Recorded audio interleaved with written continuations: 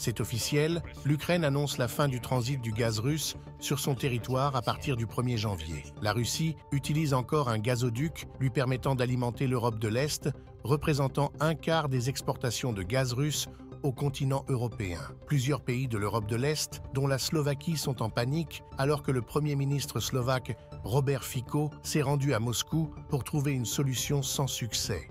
En effet, les pays de l'Europe de l'Est se retrouvent sans source d'approvisionnement direct avec la crainte d'une hausse du coût du gaz pour des millions de consommateurs européens. Face à la situation, le chef du gouvernement slovaque hausse le ton et accuse Zelensky de vouloir la chute des pays européens. Pán prezident Zelenský, ja rozumiem tlaku, ktorému ste vystavení.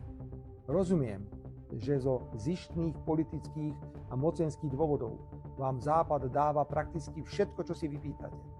Ale ja nie som váš podriadený služobník. Opäť nám klesne konkurencieschopnosť, Slovensko príde približne o 0,5 miliardy na tranzitných poplatkoch. Ukrajina takmer o miliardu a Rusko len príde pravdepodobne o 2,5 miliardy eur.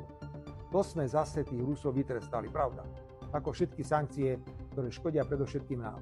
L'Union européenne a déjà fixé à 2027 la fin des importations de gaz russe en achetant massivement du gaz algérien et norvégien. Les États-Unis sont aussi les grands gagnants avec la hausse des exportations de GNL, alors que Donald Trump menace d'augmenter le prix si l'Europe ne réduit pas son excédent commercial avec les États-Unis.